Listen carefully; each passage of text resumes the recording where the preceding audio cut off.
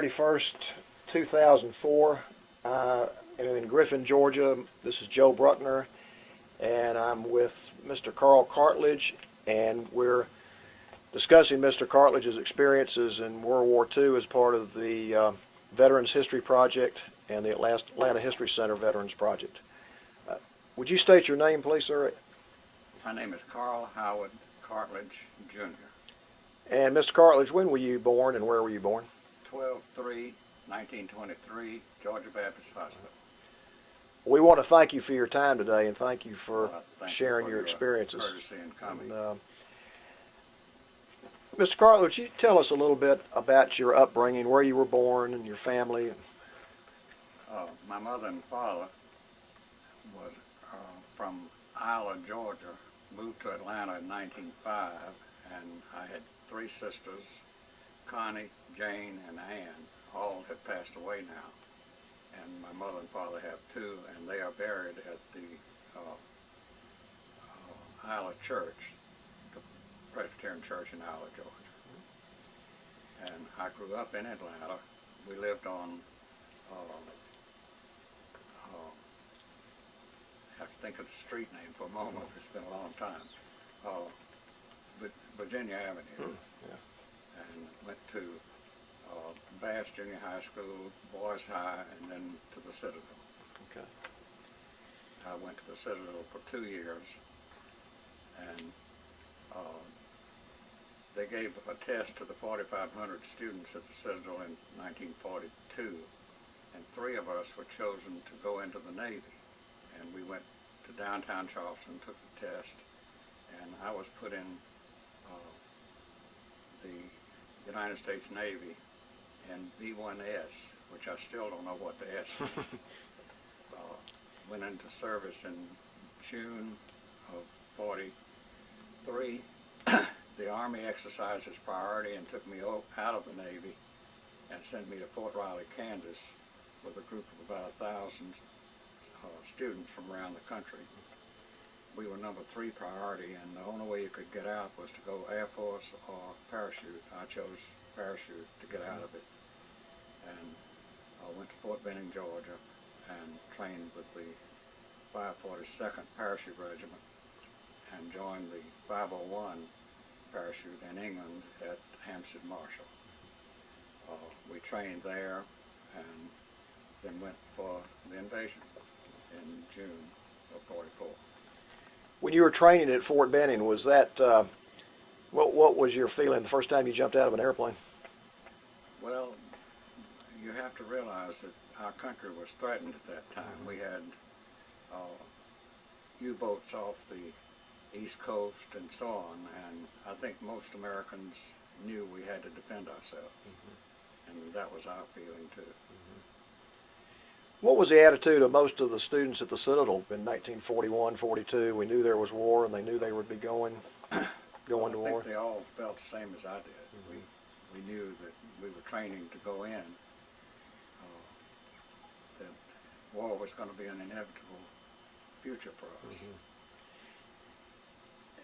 Was your family pretty much resigned to that fact too? Your parents? My family was behind whatever I did, yes. When you shipped over, did you know where you were going to go when you left? I knew I was going to join the 101st Airborne. There were 1,500 of us going in to fill in, and I ended up in the 501. Others ended in the 502 and the 506 parachutes. Could you tell us about your experiences in England once you got there, your training experiences, your experiences with the people there and with the other men? Well, the English people were just wonderful to us. This was a small town outside of Newbury. That's where we stayed. Hampstead Marshall was an estate. It's supposed to be a secret place. And we trained all over this huge estate there. Took passes from time to time that they let us go to London or to other places. But the training was very demanding. I think the most difficult thing that I ever had to do was to go over a 10-foot wall with no ropes or anything, just run at it. And I made it with just 2 fingers. You had 2 shots to do it, but that was long after you were in shape to do things like that. But we fired all the time. We practiced all the time.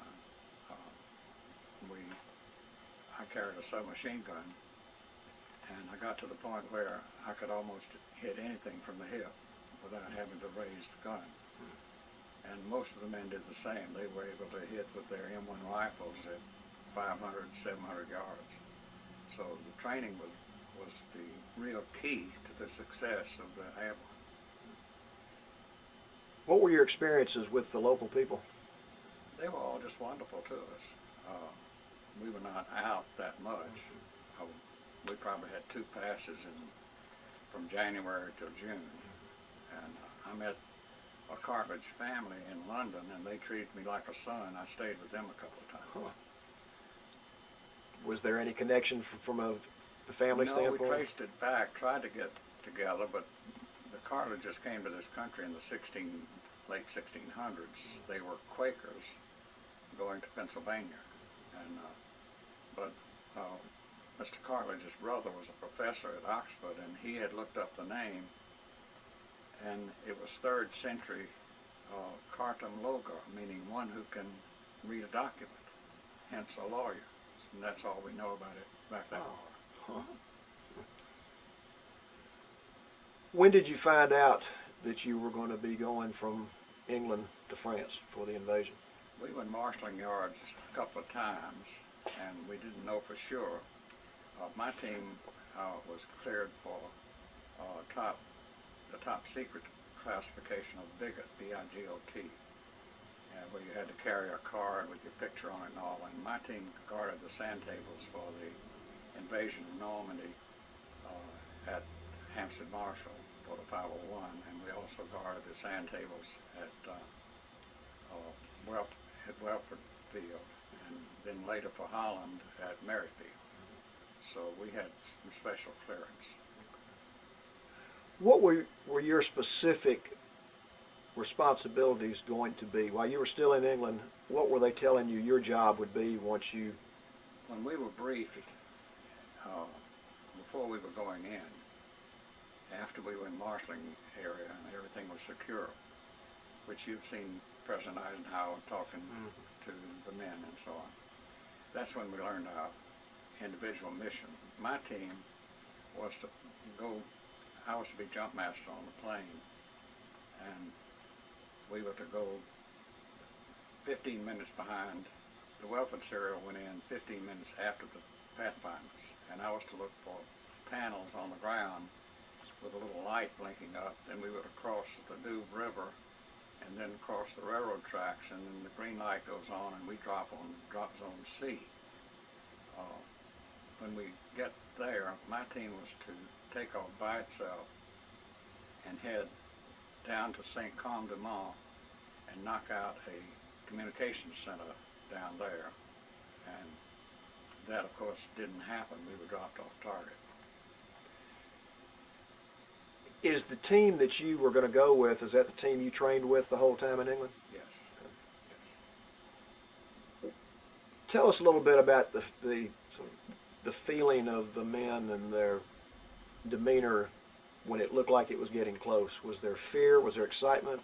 No, they were anxious to go. We had trained for this and trained for it, and we had been put off a couple of times, and we were ready to go when the time came. I think all of them were. I hear some of these commercials or things that come on where somebody said they were scared to death and all this. I've never seen anybody like that. Did you get a pep talk from your commander at all before you left? Or? Well, I worked directly for Colonel Johnson. The 3 teams, we were headquarters, which is regimental headquarters, and we worked directly for the colonel of the regiment, and he talked to us, telling us exactly what he wanted each of the teams to do. I don't know what the other 2 teams were going to do. I know what my team was. Tell us a little bit about his talk. What did he try to fire you up? Well, he was the greatest commander I think I've ever run into.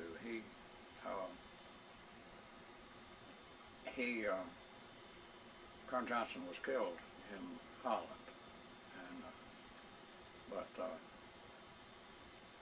I knew him personally, and when he called you by name, he was recognizing you as one of his men.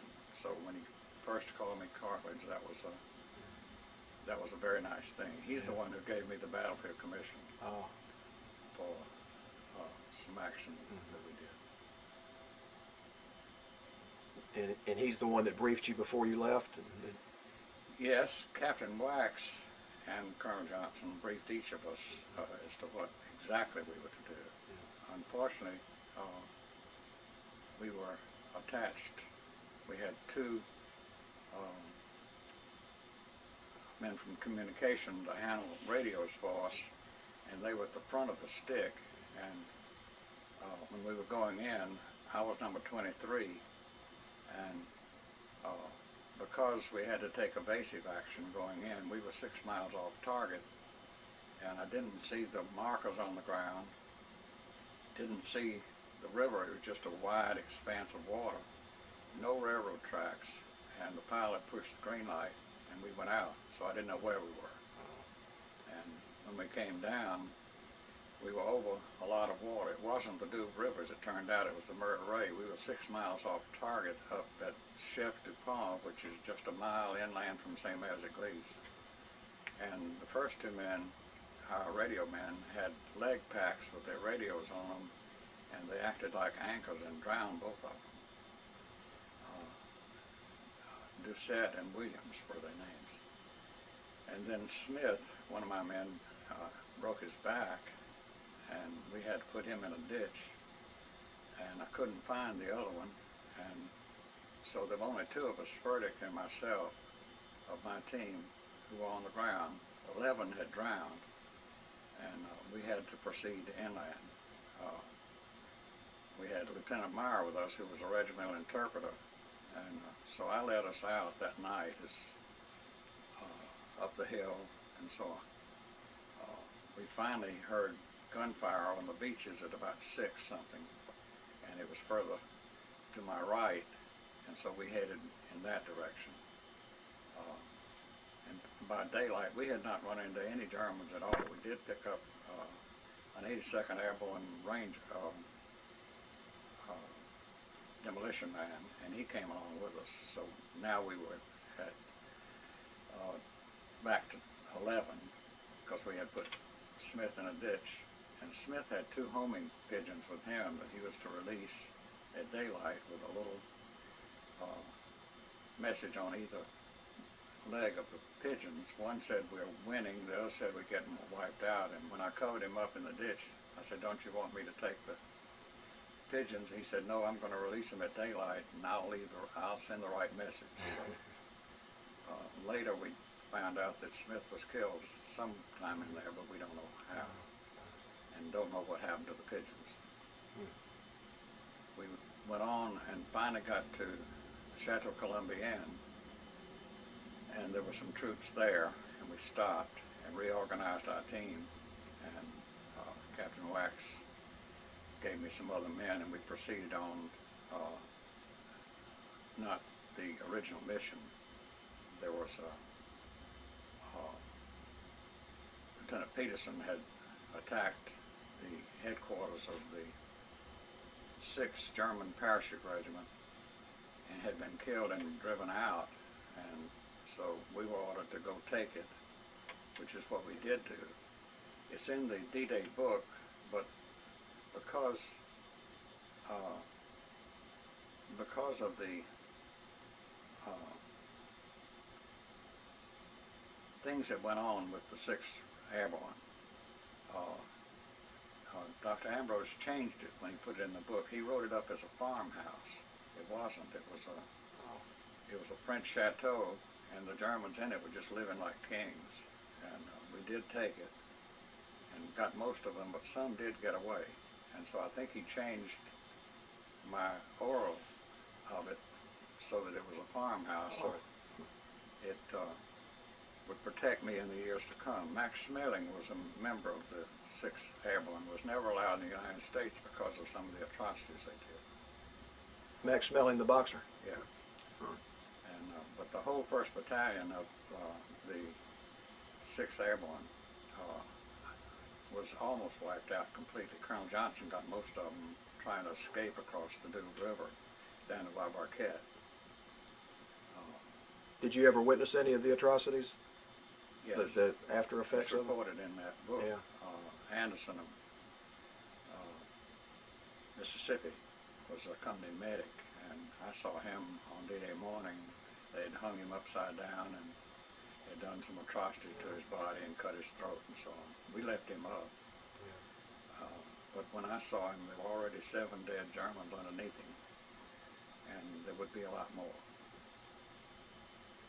But that's the only one I saw.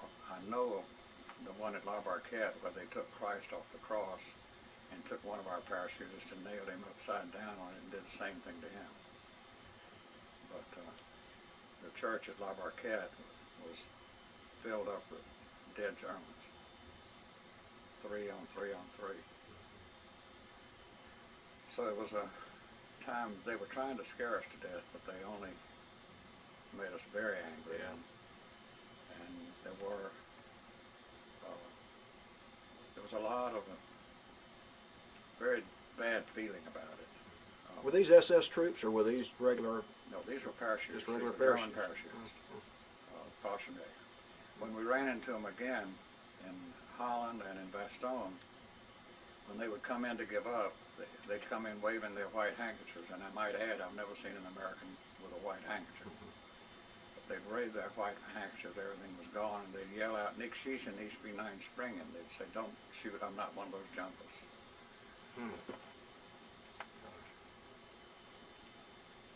What else you want to know? Just keep on going. I want to hear everything you did, you saw, or Well, I everything don't you know, could share. some of the things I'm saying, I'm not sure that you want to put them in permanent records of some of the atrocities that they did to us and the retaliation that went to that. I'd rather not put that. Okay.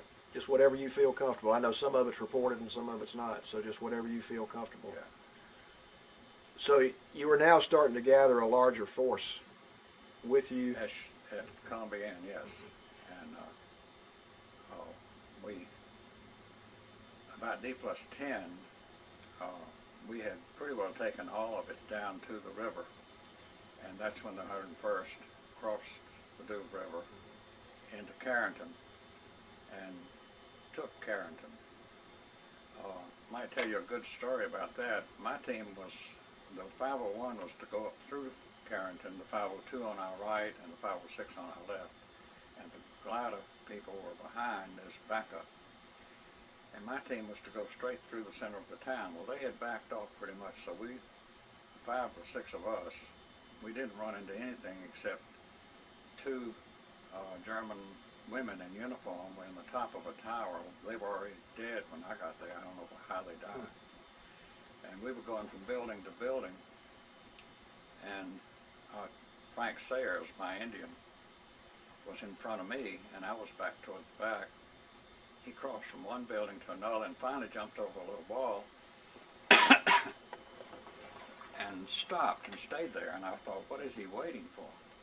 And finally he jumped over the wall, and I followed him and jumped over the wall. And plastered against the wall furthest in was a Frenchman in a World War I steel helmet in coveralls. He was a farmer, and he had a bottle of Benedictine wine in his hand in a little tin cup. And he was pouring it out and giving it to us in the middle of the battle. Well, I don't drink, but I took one that day. And he said, "Vive la France," and I said, "Vive la France," and I jumped over the wall. Many years later at the country club, I saw a bottle of Benedictine on the shelf, and I told this lady sitting next to me about the story, and she said, "Well, let's try one." Well, we did, and it's a sorry drink. It's bitter and heavy, and I never wanted to do it again, but that day it tasted pretty good. I can understand that. Anyway, we made it all the way to the top of the hill, and they backed on off. If we had had enough troops with us then, we could have gone straight to Germany. They were just getting out of our way. Really? And this was D-Day plus what, 2 or This was about D-Day plus 6 or 8 or 10. 6 or 8 or 10? something like Okay. that. And Back it up a second. When you went into the chateau, is that where they had all the food, the fine food that you? yeah, they still had been eating breakfast. Really? They were fat and sassy. They were poorly trained, I must tell you. That Really? most of the Germans we've run into all along were very poorly trained.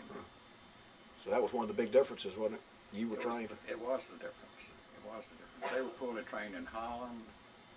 We even ran into one group in Holland that were the white bread boys. They had ulcers. They couldn't eat the brown bread. Really? It was the 9th Panzergrenadiers, I believe. They lasted about 3 or 4 days with us. A whole division never showed up on an intelligence map again.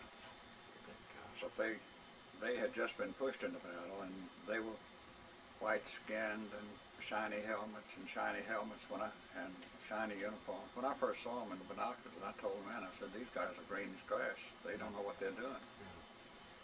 And we got nearly all of them. That's one of the medals I have up there. They dug in a straight line with every little thing.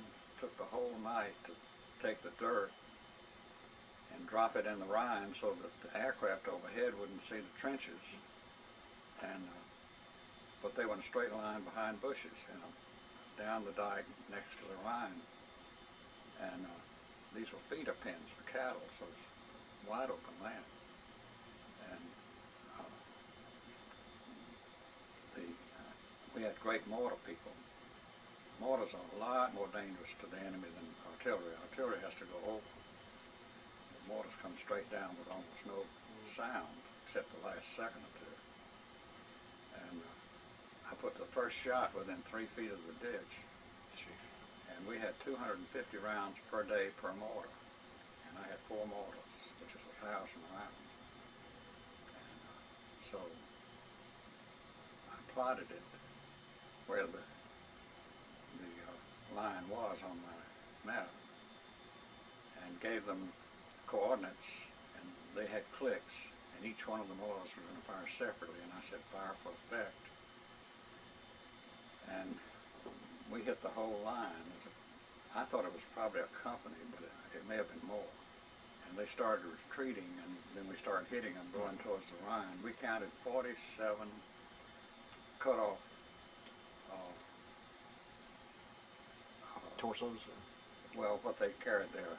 Oh, the straps? The straps. Yeah. We counted 47 straps cut off some of their wounded. They got them all out, but then they retreated to the other side. I got 2 of their rubber boats in the middle of the river, and we didn't have a single casualty. Not one. That's what training will do. Yeah. And training is really the whole thing and everything. Now what? Okay, we're at D-Day plus 8 or 9 now in France. Oh, I went all the way. That was Holland. I realized that. That's in September. But that was interesting, because it was the same group you had seen. Yeah. So keep on going with your experiences from the D-Day plus 8, 9. You're in France now. Well, after we took Carrington, it was pretty quiet. They weren't attacking us. We were just holding the position above Carrington, and then we were pulled back. And the 82nd had cut across the peninsula, and we headed north towards Cherbourg, but others were already in front of us. And we really ran into no great fighting on the way to Cherbourg. And when we got there, they were giving up and everything. We did take a German tank onto the beach because there were American aircraft bombing an island out there, and we took a German tank onto the beach and fired shots at the island, but we didn't know whether we hit it or not with their own ammo. But from there, we went back to the Normandy beach, took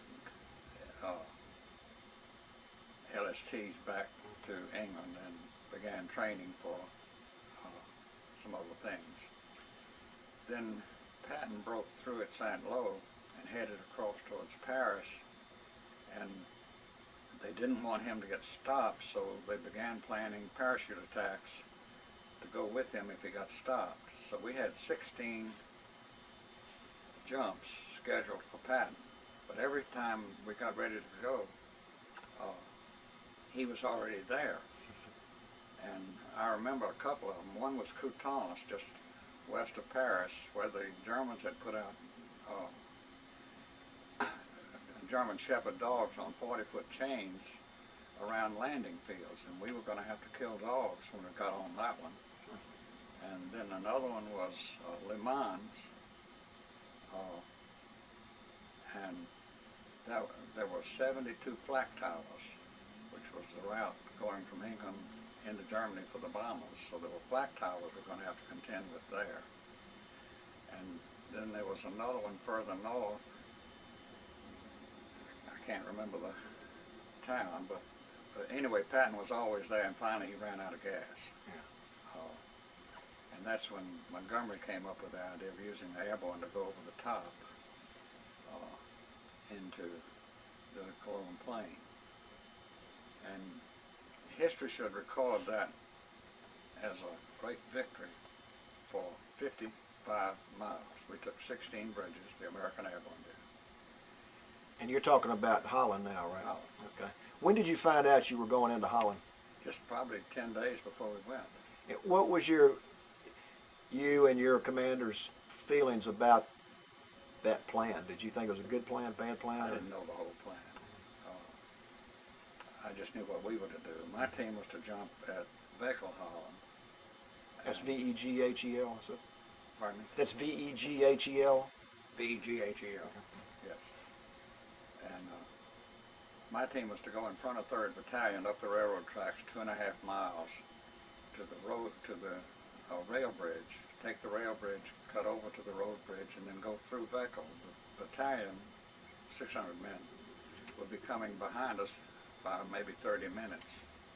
And the colonel said he wanted that bridge in 30 minutes.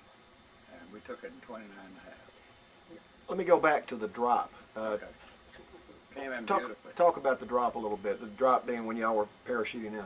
Well, it came in fine. We were probably 1,000 feet, and all the planes were in order, and we came in exactly where we were supposed to be. 2 or 3 were smoking further on up. I saw those as they were coming down, but I don't know whether they went down or not. Can you give your thoughts on why in Holland everything seemed to work on the drop, and we dropped as a unit, and where in Normandy there was a lot of separation? There was not that kind of firepower in intercepting us going into Holland. There was some, but Normandy, it was just all over the sky.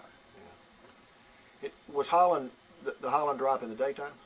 Yes, 12:30 noon, Okay. Sunday.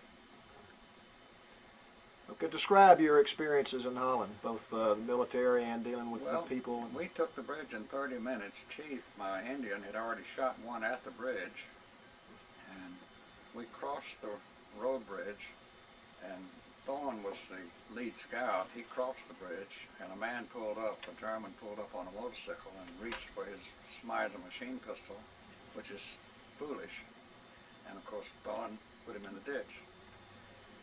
And I'm carrying an orange flag about 36 inches square, and my orders are to cross the bridge, go to the factory across the way, and put the flag on the roof, on the tin roof of the building with a brick, and let it be held down. I didn't know what it was for. So I did that and came back towards the men on the road, and it wasn't 5 minutes before a P-51 American flew over and wagged his wings. He had seen the orange flag, so he was sending back, they've got the bridge, but I didn't know what it was for at that point. What was the strategy behind taking these bridges? Well, those were the roads going north towards Arnhem. We were to go all the way to Nijmegen to Arnhem and cut over. Montgomery's army was going to be on tanks. They were going to be cutting over down the Cologne Plain into Germany. Montgomery said he could win the war that way. But I didn't know all that. I was just doing what we were doing. Right. So we headed toward the road bridge, and a car came up from the west, and Brown, one of my men, had loaded his M1 rifle with armor-piercing M1 rounds instead of just ball, so he could go through a car at most anything. And this car pulled up, and he waved it to stop, and it did. And then the driver ducked his head and stepped on the gas, and he wasn't 10 feet from Brown and headed towards the road bridge. And of course Brown put 8 shots right through the car. He hit the driver in both ears. Strange hit, and of course the car moved over into the canal, turned upside down. We got them out, and all they had to do was just stop and get out. We wouldn't take them prisoner. And one person on board was a Hitler youth, probably 14, 15 years old, and then there was a major who was a labor major for crops and things like that. So those were the first 3 we got. And so we headed to the road bridge. Colonel Johnson was already there with Canfield and his team. And so we did our next duty, and we headed straight through Beckel. And most of these German troops in Beckel were rear echelon typists and things like this, and they were giving up to us. They were waving their hands, and we just waved them on by us, going towards Johnson, and they just kept trotting on down, and so Colonel Johnson would be taking them as they came that way. When we got to the town square, some foolish German on the 2nd floor across the square opened his window and took a pistol and not putting his head up and started shooting at us. And Teichmann took a grenade and raced across the square and threw one through the window. And we were firing at the windows, and it blew up, and then a white flag came out, and they came down the stairs, about 8 or 9, 10 of them. Some of them bleeding. I don't know if there were any dead up there or not. We didn't stop. We just waved them on down the road. And then we went to the north end of Beckel and set up a roadblock. And in probably 15 minutes, some of the 3rd Battalion people came up and took over the roadblock. And so I headed back down towards Colonel Johnson to tell him what had happened. And the Dutch people were already out in the street singing. They were singing a song, Wilhelmina, Wilhelmina, da-da-da-da-da, Wilhelmina, and so on. I don't know what they were saying. They were dancing, and it was liberation after 5 years. And How did you feel seeing that? well, I hadn't expected it. I didn't even think they'd be out on the street, but there were paratroopers everywhere then, all over the place. And so we settled back down, and other bridges were taken by different groups all the way through. The 506 broke through to the British down. They were supposed to be there that afternoon. They were supposed to break through at Eindhoven and come through, and they didn't. And the 506 broke through to them and let them in about 2 days later. So they didn't get to Beckel probably for 3 days. And they were just lollygagging along. So they didn't seem to be in any rush. And they finally got up to Nijmegen probably in 4 days. They were supposed to be in Arnhem on the 2nd day. It's when you see a movie about a bridge too far, it was made by the British. It wasn't made by us. And they cast some unusual people in the movie to represent General Taylor, and General Gavin, and Colonel Johnson, Colonel Mathias, and so on. They were not very accurate. Well, one was this Ryan O'Neal. Ryan O'Neal, yeah. And, but anyway, then after the island was taken, then we were pushed up to a town called Hedren, which is a town 2 or 3 miles west of Arnhem on this side of the Rhine, and that's where we took over from some Canadians. And then they came across and we threw them back over. And later, we got some people down at Driel that told us that there was going to be an attack coming across in rubber boats, and my team was ordered to go down there. And we waited for them to come, and they came in rubber boats, but the darn fools, it was raining. This was probably October, I don't remember exactly, probably October. And they were cold, so they pumped up some, after they got to our side, they pumped up some little warming, like a Pots or something. little burners. Yeah. and they lit up the whole thing under the bridge. And so I told the men, don't do anything until I fire. And so we fired on them and got them all, but I had made a mistake. They had zeroed in the slope with mortars. I told them, when we fire and get them, let's run. Just leave the guns. I had a machine gun with me. But I didn't let go of the machine gun when I heard the first mortar hit, and that's when I got wounded and so on. Well, describe that a little bit, but getting wounded. Well, if I'd let go of the gun when I dropped, I heard the mortar shell coming. It wouldn't have gotten me, but it did. It blew me down in the hole and knocked me out. And I was okay, but the men didn't know where I was. We really didn't know where we were. We just knew we were on the slope.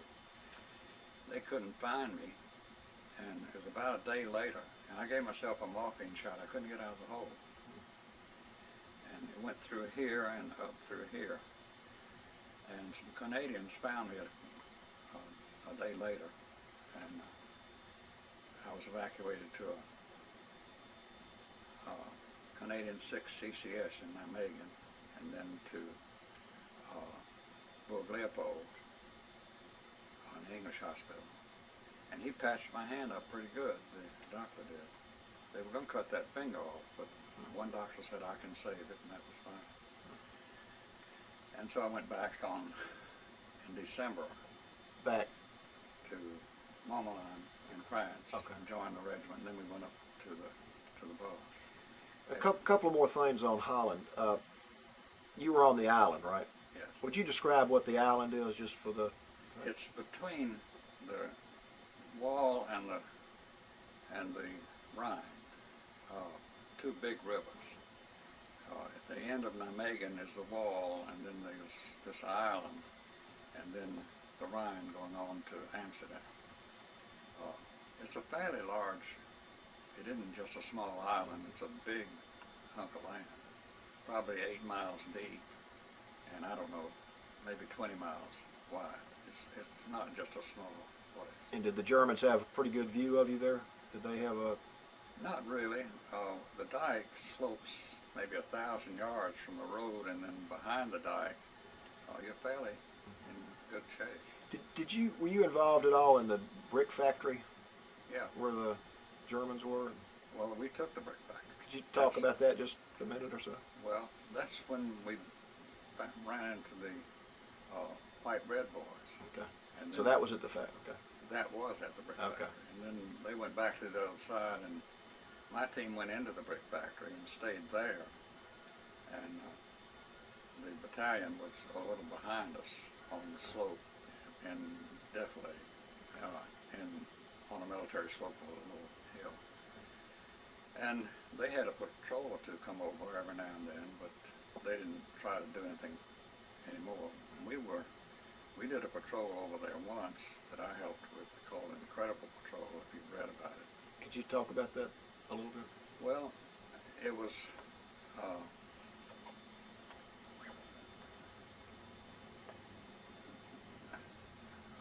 Lieutenant Sims, who had now joined Regimental Intelligence, organized it, and he took Canfield's team and my team to take them over and bring them back. And we took them over one night and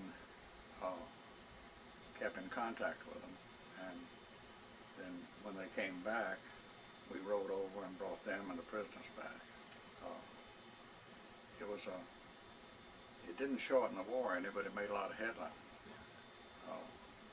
Just for the purpose of the tape, because I know it's been reported a lot, but could you just sort of capsule what that incredible patrol did? Captured, I think, I've forgotten, 30-something prisoners behind the lines and marched them right through Brinkham, counting cadence, 1, 2, 3, and walked them down to where the boats were that we were over, and we loaded them on the boats and brought them back, and they never tried to stop any of them. It was an amazing thing. Peter Frank was a regimental interpreter, and he was Austrian, but he was American. And he walked them through at the head of the group, and they came right on through and went down to the river. We brought them back to this side, and it was, I wasn't crazy about it, just simply because it risked so many people for so little gain. The glider people tried to do the same thing about a week later, and they were all killed. That isn't reported. But, Okay, you're back in Marmalade now. yeah. And you've been wounded. Yeah. Did you receive the Purple Heart for that? Well, I already had 3 by then. 2 smaller ones in Holland, and this one. And then we went up on the 17th, I think it was, and I went up with 3rd Battalion. Now, by up, you mean to Bastogne. When did you find out the Germans had broken through in Bastogne? I didn't find out anything except they just said, get your stuff ready and get on the trucks. So you didn't know what you were going to do? I didn't know what we were going to do. Okay. Talk about that whole battle. Well, we went up, and it was raining, and the 501 was to go all the way through Bastogne to the Long Billy Road and the Warden Road. And so the 501st Parachute took the, you'd say, the northeast, southeast portion of the Germans coming in.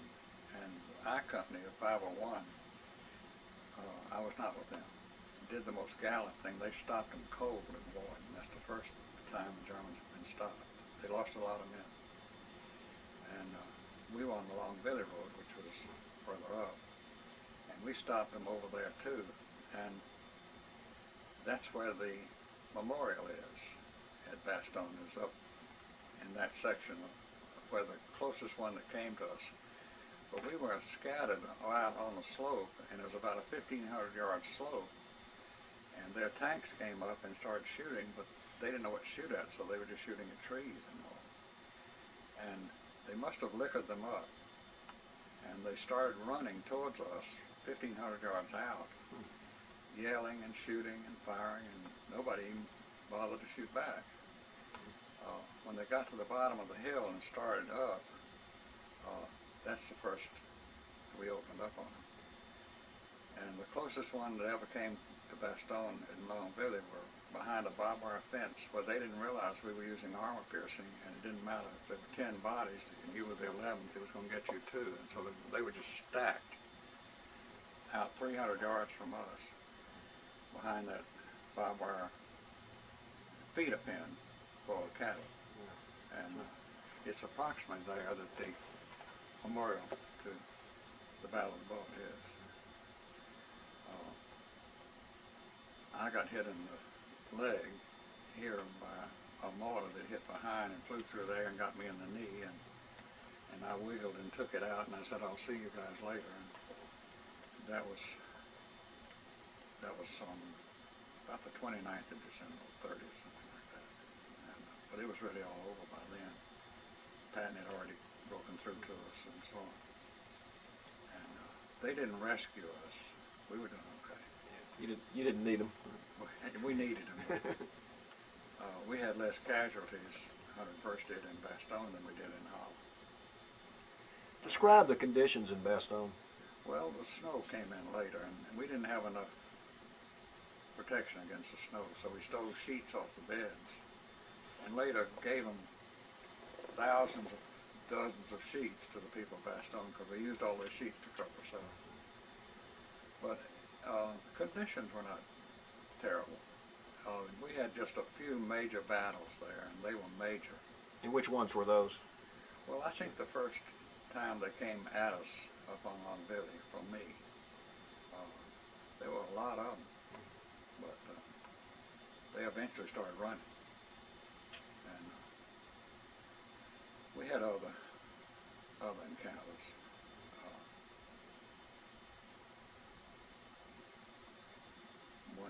We had a little encounter at NAFE, N-E-F-F-E. I can't recall any other significant things. And so I went to England. So you left around the end of December to go back to England? Well, they put me on a train hospital train. I went to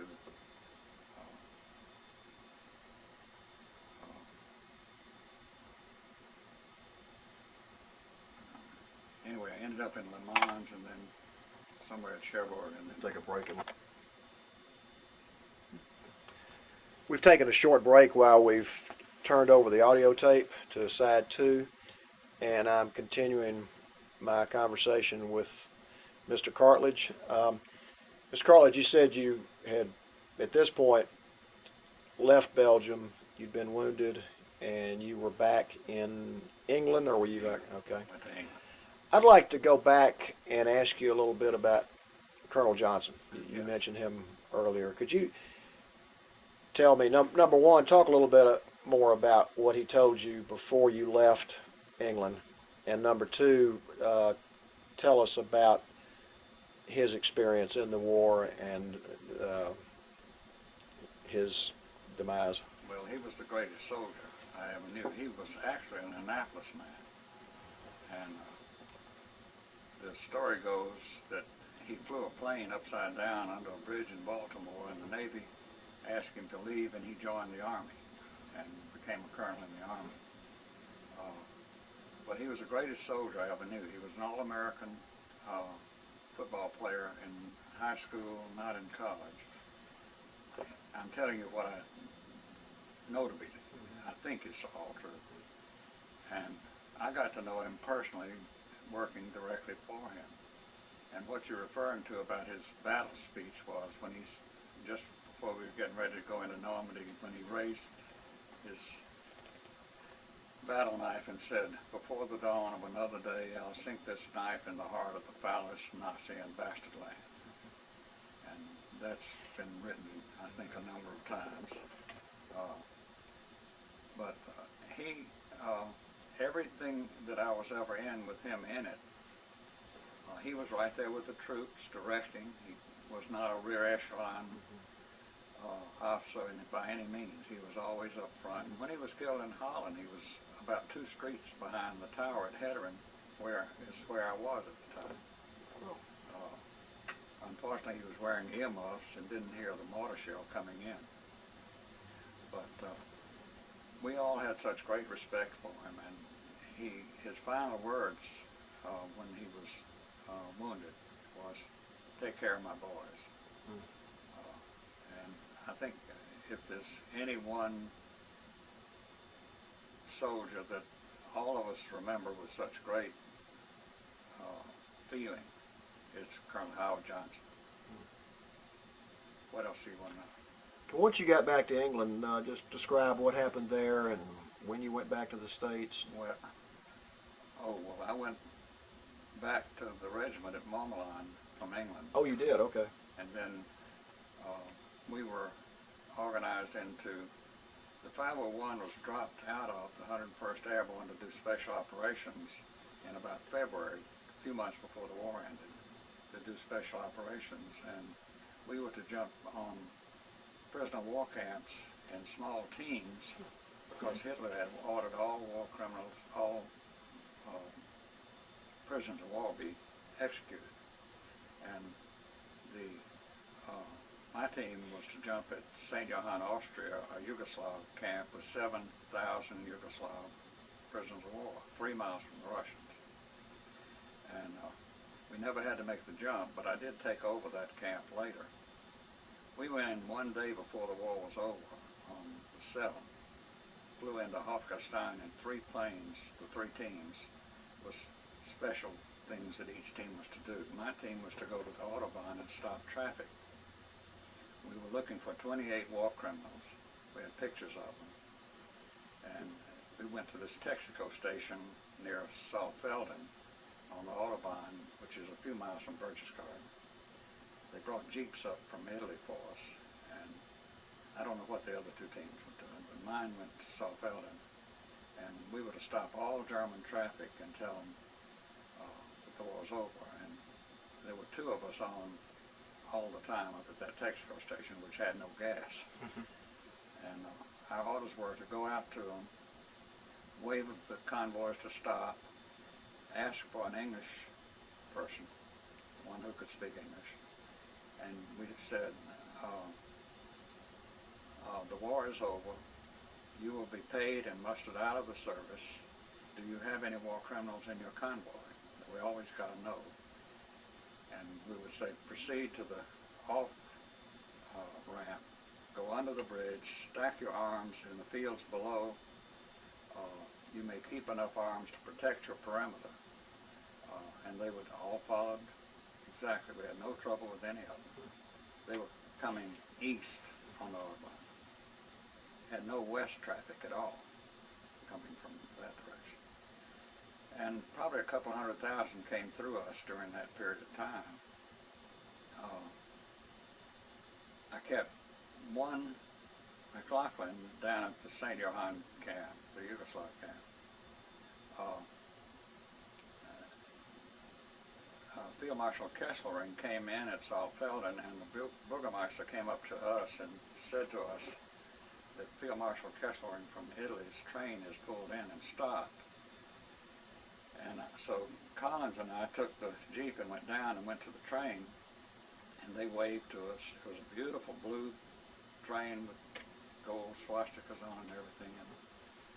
And I went to the rear of the train, and this colonel came out and talked to me, and I said, Field Marshal Kesselring is a war criminal. He is under arrest. He will come out. He said, I'll inform him. He came back and said, the Field Marshal reserves his right under the Geneva Convention not to surrender to anyone of lesser rank than himself. And I said, well, tell him not to move this train or we'll blow it off the tracks. And so we left and called it in, radioed it in to General Taylor's headquarters. And the 506, Colonel Sink, went out there. And he gave him the same order.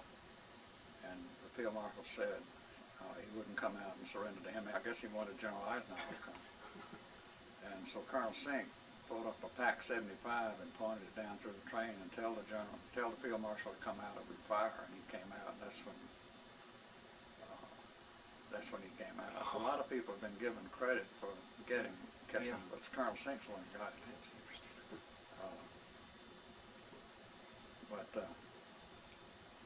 At the Yugoslav camp, I'd go down once or twice a week and have dinner with them. The highest rank there was a colonel, as I recall. It was General Mikhailovich's army. And they really had their own horses, their batmen and everything. They would having 6 and 7 course meals and all that. I couldn't understand it. But I did my job, but they couldn't go home. They couldn't get letters from home. And so when I left, they were still there. There was a trainload of gypsies and others alongside the tracks.